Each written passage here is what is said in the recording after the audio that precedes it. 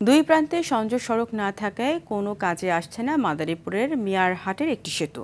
চলাচল করতে পারছে না কোনো যানবাহন। বাঁশের সিঁড়ি বেয়ে ১৫-১২ ফুট উঁচু সেতুতে ঝুঁকি নিয়ে উঠে খাল পারাপার হতে হচ্ছে নারী, শিশু, বৃদ্ধসহ সব বয়সের মানুষকে।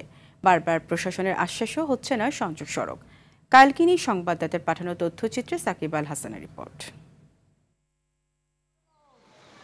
এ চিত্র মাদারীপুরের কালকিনির শিকারমঙ্গল ও চরদৌলতখান ইউনিয়নের মধ্যবর্তী মিয়ারহাট সেতুর। প্রতিদিন ঝুঁকি নিয়ে নারী, শিশু ও বৃদ্ধসহ দুই পাড়ের কয়েক হাজার মানুষ এভাবেই যাতায়াত করছেন এই সেতু দিয়ে। ২০২০ সালে প্রায় ৪,৯৫ লাখ টাকা বরাদ্দে সেতুটি নির্মাণের কাজ শুরু করে সরদার এন্টারপ্রাইজ। ২০২১ সালে নির্মাণ কাজ শেষ হলেও সংযোগ সড়ক না থাকায় এভাবেই পড়ে আছে সেতুটি।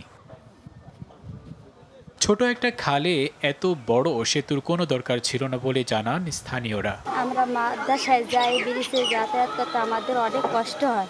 যারা সাধারণ জনগণ আছে তাদের চলাফেরায় অনেক ক্ষতি হইতেছে। আমাকে অনেক কষ্ট হয়, অসুস্থ মানুষ অনেক জিরাইতে হয়। বৃষ্টির সময় পাথর খাওয়া লাগে, অনেক কষ্ট হয়।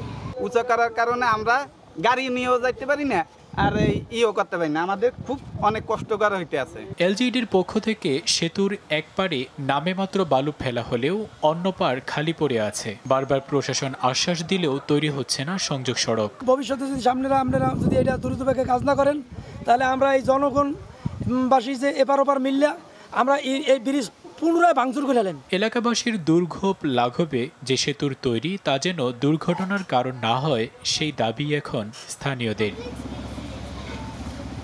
সাকিব আল হাসান, RTV।